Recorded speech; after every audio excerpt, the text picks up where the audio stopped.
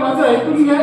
जर ऐकलंच नाही तर या समाजामध्ये पुढे या गावामध्ये असलं कृत्य कोणी करणार नाही आणि ही चूक कोणी करू नये म्हणूनच आज सांगण्याचा प्रयत्न करणार आहे तुम्हाला.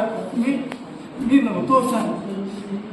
माझं एक हसऱ्या खेळतं घर होतं, सुखी कुटुंब होतं. वयात आल्यानंतर आई वडिलांनी माझं लग्न लावून दिलं. एक सुंदरशी युवती माझ्याही आयुष्यामध्ये आली. आमचं हसरं खेळतं घर सुखानं भरभरून नांदत होतं. साक्षात लक्ष्मी माझ्या घरी पाणी भरायची आणि वर्षभरामध्ये माझ्याही घरामध्ये एक गोंडस बाळ आलं. त्या गोंडस बाळाला आम्ही दोघंही पती पत्नी हातामध्ये घेऊन सुखी संसाराची स्वप्न पाहायचो आणि एकच कल्पना म्हणायची असायची, लाडकी छकुली माझी लई गुणवान, एक एक पैसा मिळवून तिला शिकवीन, एक एक पैसा मिळवून तिला शिकवीन.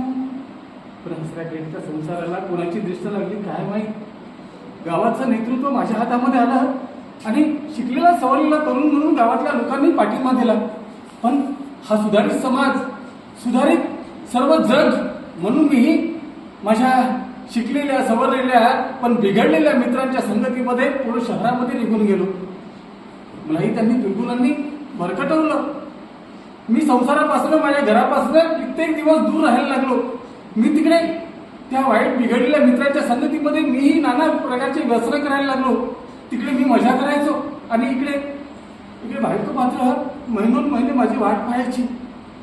काय सांगू बाई तुले, सकाळचे गेले व वाट पाहू पाहू डोळे गेले सुजून, माझ्या छकूचे वडील नाही आले अजून, माझ्या छकूचे वडील नाही आले अजून. इकडे बायको माझ्या आठवणीमध्ये डोळे पांढरे करायचे आणि मी मात्र तिकडे मजा करायचो. नाना प्रकारचे व्यसन करायला लागलो. वाईट मित्रांच्या संगतीमध्ये फिरायला लागलो.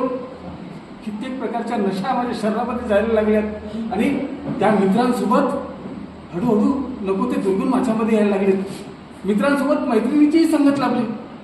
मला काय माहीत माझं हसरा खेळतं जीवन, माझा हसरा खेळता संसार असा उद्ध्वस्त होऊन जाईल म्हणून. पण त्याचे दुष्परिणाम मात्र काही दिवसातच मला भोगायला मिळाले.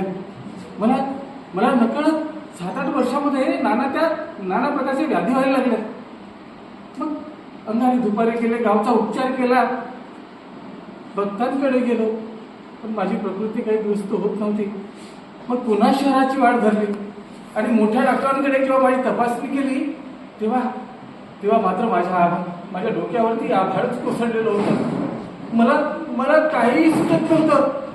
मला जगातल्या सर्वात मोठ्या व्याधी झालेल्या होत्या.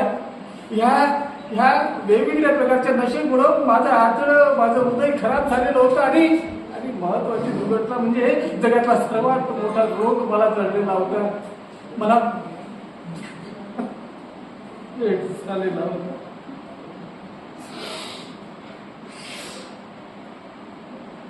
दैवाची गती कशी न्यारी, ही दैवाची लीला आहे सारी, ठेवू नका अभिमान अंतरी, जीवन आहे दुपारची सावली. म्हणून तो बाबा अरे शिकलात सवरलात पैसा आला म्हणून माणुसकी सोडू नका, संसाराची नीती नियम सोडू नका, नाहीतर माझ्यासारखे उद्ध्वस्त झाले राहणार नाही. आणि काय